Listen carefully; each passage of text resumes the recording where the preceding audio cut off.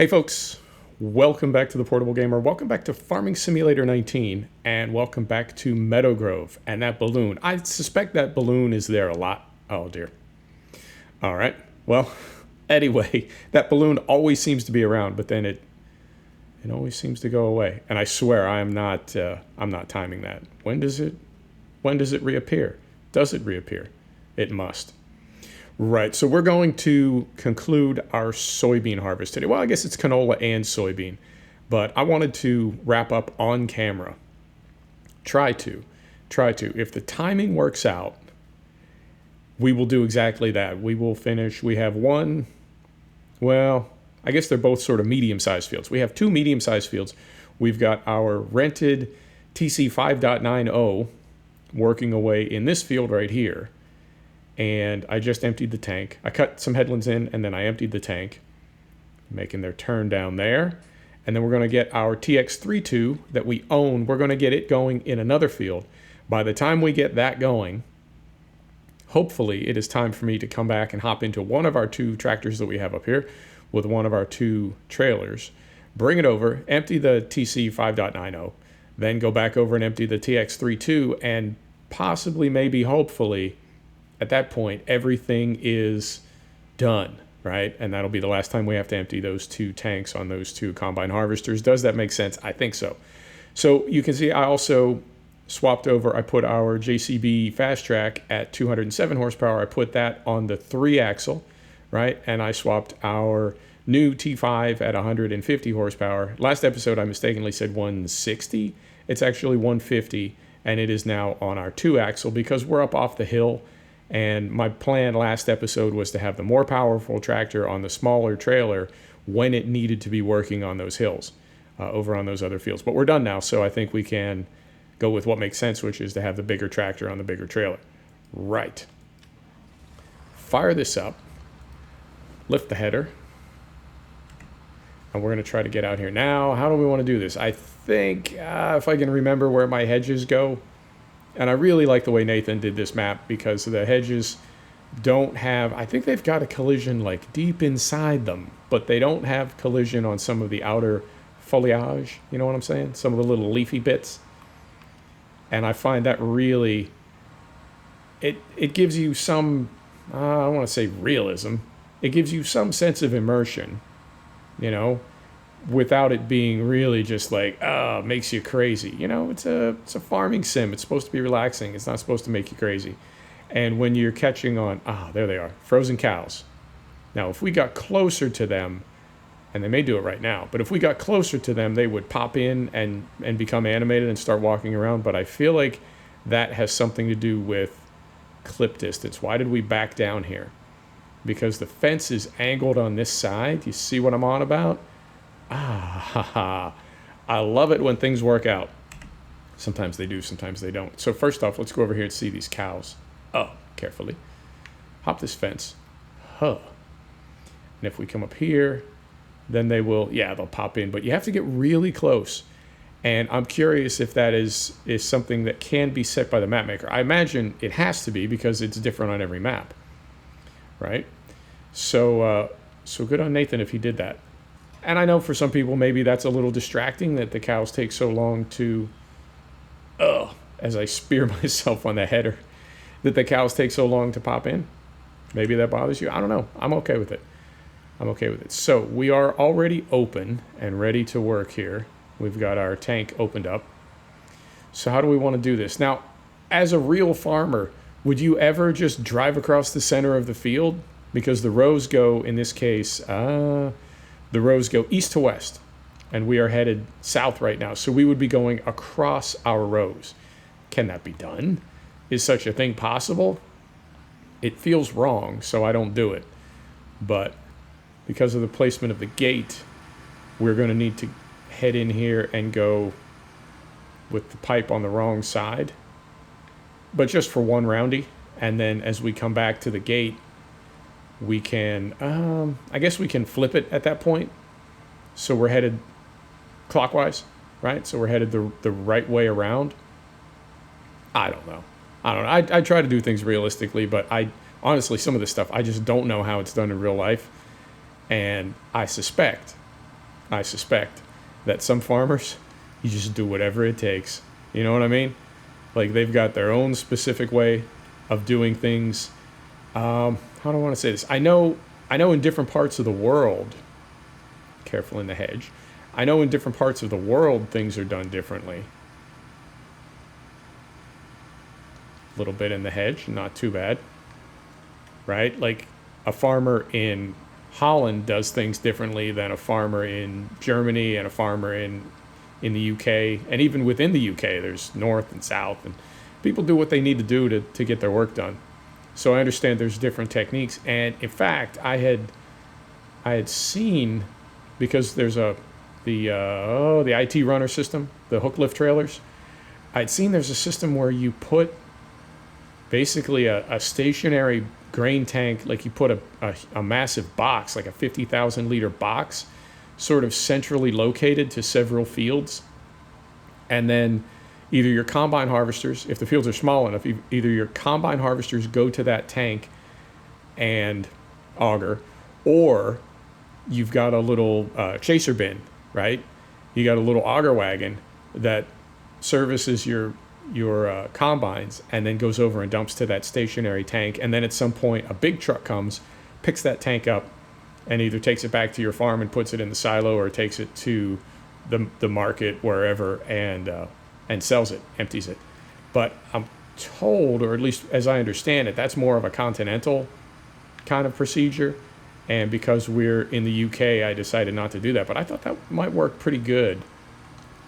Can make our back up, I said, do our little Austin Powers turn here.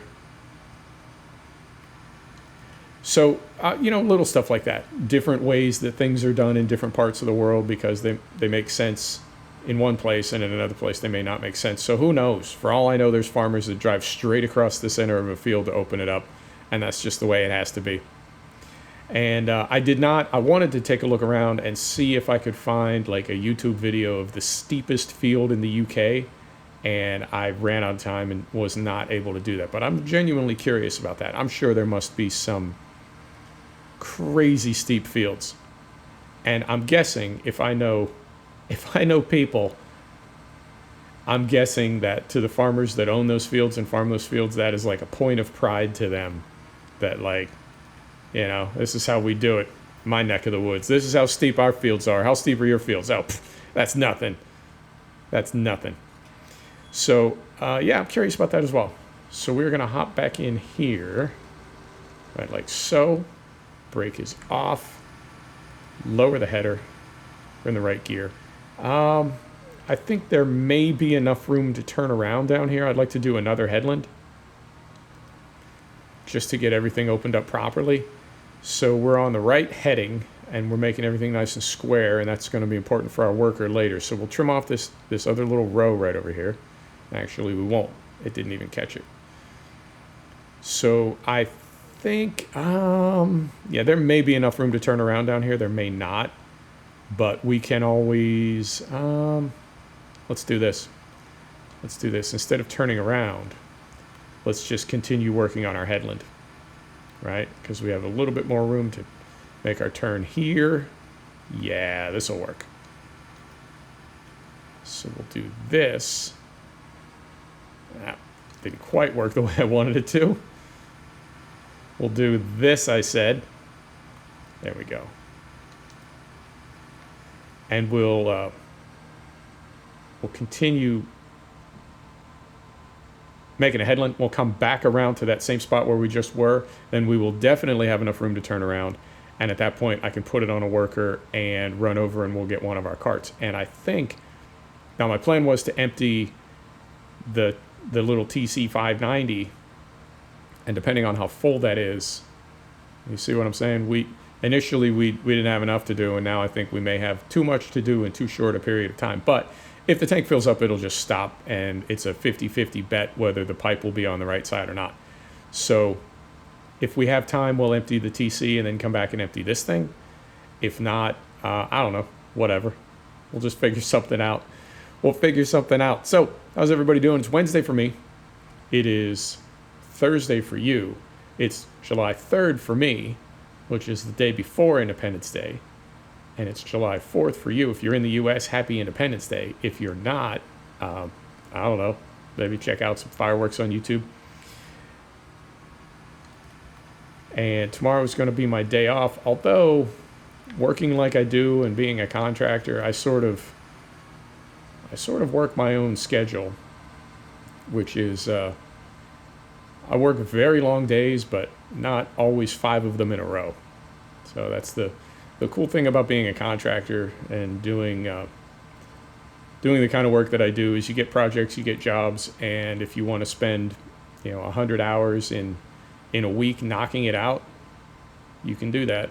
And if you'd rather stretch it out over 2 or 3 weeks, you can do that too, as long as it works for the client. As long as it works for the client, works for me. But I feel very fortunate that I can sort of set my own schedule. So tomorrow's a day off for everybody, but it was probably going to be a day off for me regardless. Unless you're a cop or a firefighter. Those cats work every day. So that's about it, man. That's my week. Everything is on sale as far as games and software. Like everything is on sale everywhere. There's massive sales on Steam, and Ubisoft is having crazy sales on the Ubisoft store. I think it's called Play now, and that's getting to be interesting. I don't know that Ubisoft would ever try to compete with Steam. I don't think anybody can compete with Steam at this point as a platform because they got the head start and they have, 160,000 titles or something. Now, to be fair, a lot of them are, 99-cent smartphone apps and that sort of junk. So, don't let the 160,000 K fool you. But it's like everything is on Steam, just about. So I don't know if anybody will ever be able to compete with Steam, but if anybody could, it would be Ubisoft because they have so many good titles. So they are, as far as I know, trying to make a go of it by now releasing titles on their own store only and not on Steam. Here we go. All right. And can we hop this little fence right here? If we go over at the pole, we should be okay. Hooah. We made it. So yeah, there's stuff on sale on the Ubisoft store, same as on Steam, 60, 70, 80, 90% off. So if you're looking to pick up games, I think now is the time to do it. And I think the reason is because so many people are on holiday. You know what? Changed my mind. No, I didn't. JK, LOL. Helper C, that's this one, is it not? Yeah, it must be. I think it's because so many people are on holiday, and they're not gaming. They're off school, they're spending time with their girlfriend, their boyfriend, their family. They're on holiday. Who knows? They ain't gaming, and they're not watching YouTube. It's crazy to see my numbers drop off during the summer. Although I have picked up a lot of subs recently. A lot for me. It's a small channel. When I say a lot, I'm not talking like Pootie Pie numbers. I'm talking ill will numbers. But to me, it's a lot. I picked up a lot of subs the past couple weeks, so I do appreciate that. Welcome to the channel.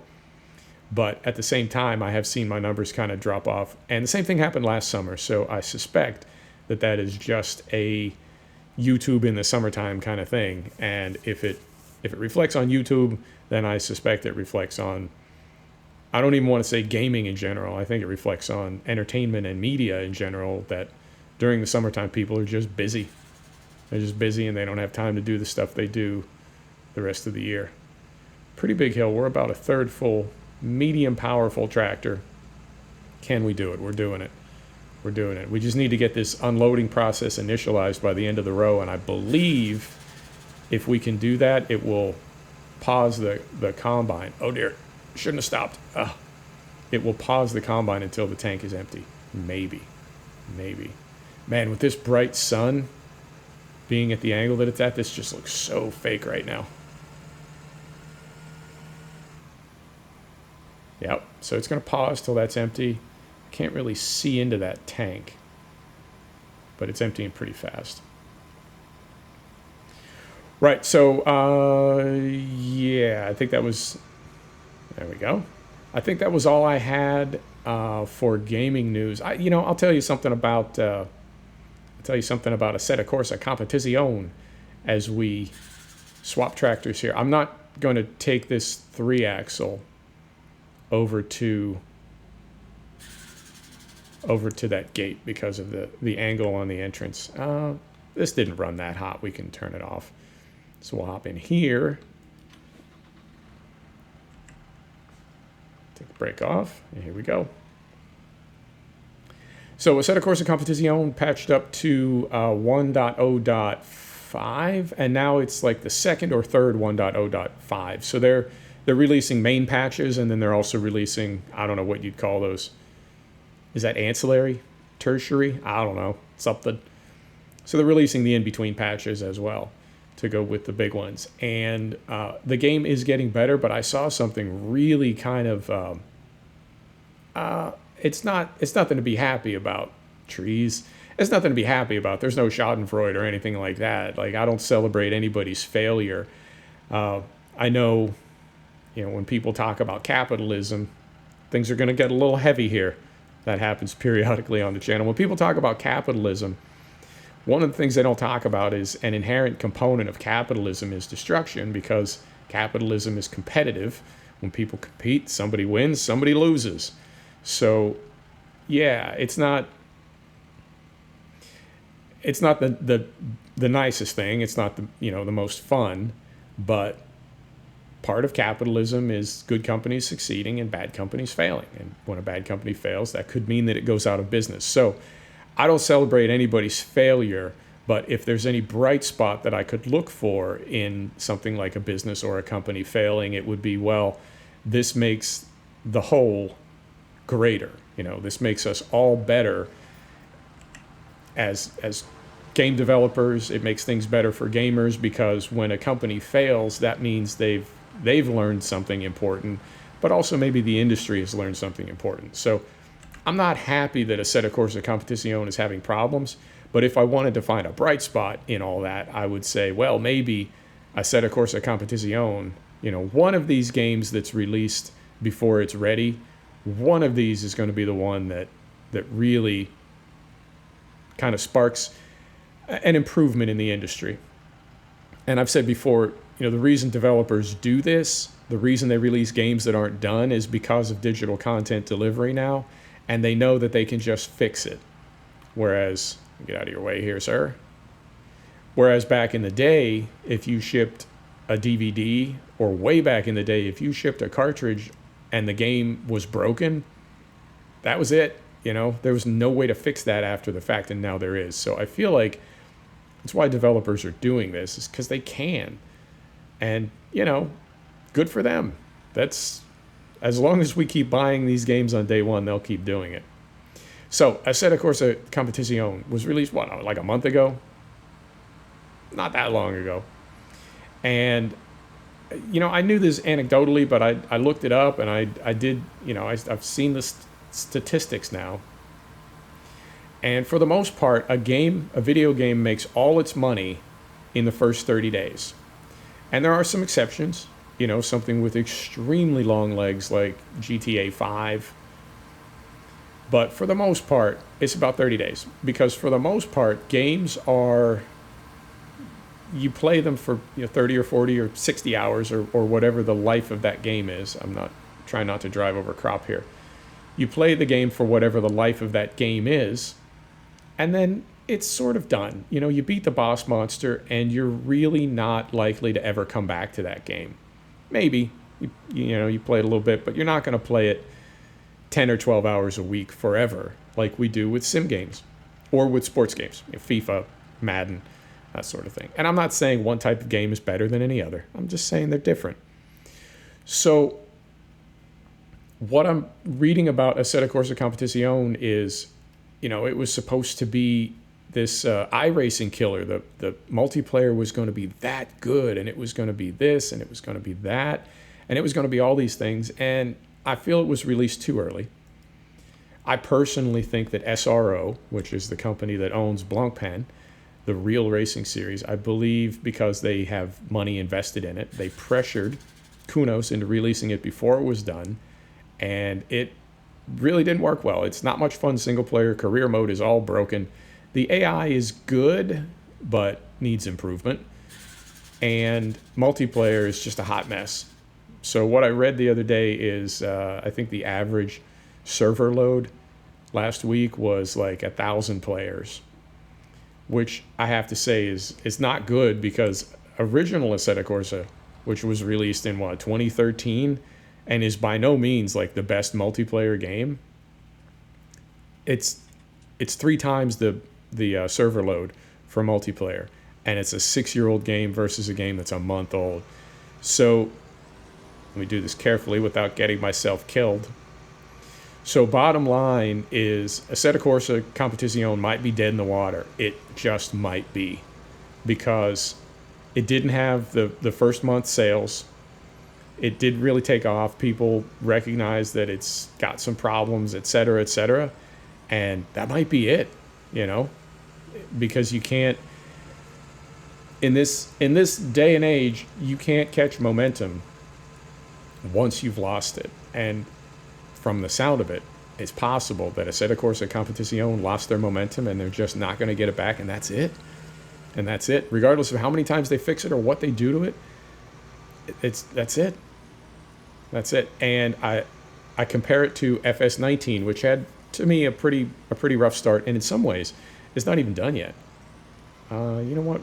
We're close enough. Let's just go ahead and finish this off ourselves. So we're going to say here, and we're going to do that. We'll get this little row here. FS19 had a rocky start. For me, anyway. I think for a lot of people. And I think in some ways the game is still not done yet. It still needs work. Okay, whatever. But there is no other farm sim. And the thing with race simulators is there's a lot of them. There's at least a half a dozen. And depending on how wide you want to expand the definition of what a race sim is, there's more like 15 or 18 of them. So nobody needs Assetto Corsa Competizione, and I think Kunos just learned that, and that's a rough lesson to learn. And I think it's also a rough lesson for SRO to learn, because I don't know how much money they invested in this whole, in the whole thing, but I'm guessing it's a bit. Yeah, I would say at least several million euro, and that's a chunk of money. I don't care who you are. So we'll see how it all turns out. Let me see. I want to carefully drive past this guy so the pipe doesn't catch on the side of the trailer. All right. We're going to set the brake. We're going to lower the header. This thing was just working hard, so we'll leave that running. Let's go sell. Let's do one thing first. Let's see how full our TX is, and whether or not it's going to be able to finish this field. I assume it will. But the other thing we can do is we can empty it again now. It's probably, 20%, 30% full. So we'll empty it now if we have to, and then we know we'll have time to take the JCB down and carefully. 22%. Yeah, and we're at the right end of a row here. So let's hop in our little T5. We'll empty this thing one more time, and theoretically that'll give us enough time to take the JCB to a sell point, sell it, and we'll call it an episode. We finished a second field in the episode. We finished one last episode, and now this one this episode. So yeah, I wanted you to see some things kind of wrapping up on camera. I know we do some stuff on camera, and I do a lot off camera, but tell you something else about this field. I didn't open these headlands up far enough, and it's a bit raggedy, so we got a little cleanup to do on this field anyway. So we get this empty. And now I'm told the technique is when you're driving the cart, you stop. And you let your combine go past you. Now, if we were servicing a forage harvester, I believe the other cart would have been on our left, driving at the same speed as us. And when we got full, we would simply stop, right? And then that second cart to our left would continue moving forward. Whoever's operating the forage harvester would change the angle on their pipe from us to the the cart next to us, and as they pulled in, they would just kind of take over. And by us stopping, it gets us out of the way quicker. That's that technique, as I understand it, that gets us out of the way quicker, and nobody's worried about hitting anybody because we're there, and then we just essentially go away, right? And the new cart that's taking over and the forage harvester can continue unabated, as they say. Right, we are going to where? We're going to Top Hill, which is right around the corner here. Perfect. It's going to be a little tight. It's going to be a little tight with a 3-axle, but I think we'll be okay, I hope. And we're not 100% full. Now I'm running the mass adjustment mod, and since the game is patched up to 1.4, I don't know if that mod has, well, I know I haven't updated it, and I don't know if 1.4 changed the physics and the mass in a way that makes that mod either no longer necessary or like broken, inappropriate. But I do feel like some of my tractors have been kind of crabbing sideways, and I wonder, is that just because I don't have enough front weight on? Is it because my trailers are too big? My implements are too big? I don't know. I'm trying to go with smaller equipment all around, but I'm starting with smaller tractors, and I don't know if my tools and trailers and implements are correspondingly also smaller, or if I'm just going with smaller tractors but not smaller trailers. You see what I'm getting at? And I'm just sort of making things difficult for myself. Oh, also up there at about 1 o'clock, that tank that we have digestate in, I'm going to move that almost over to where we were working, where we were harvesting, and I'll tell you why. We've got digestate available in the tank at the BGA, right? We've now got slurry available in the tank at the farm. So I want to move that tank. I'll have to do it after it's empty, but I want to move that storage tank to, like, I don't know, the third point on the map, so that we essentially have access to slurry or digestate not too far from wherever we may be working. Because as it is now, I have that storage tank not very far at all from where our slurry tank is on the farm, our permanent slurry tank, and there's no need for that. I don't need to have digestate stored that close to slurry. I'd rather have it spread out a little bit, so when we are spreading, you know what I mean? That if we need to refill, we're always relatively close to some place where we can get either slurry or digestate. I think that made sense. Right. Oh, and I am just going to sell this. I know we talked last episode, do we want to sell it? Do we want to bank it? Neither. And I'm going to, let me do this now before I forget, because I always do. I'm going to try to screenshot here. So we're going to set the brake. We're going to empty this.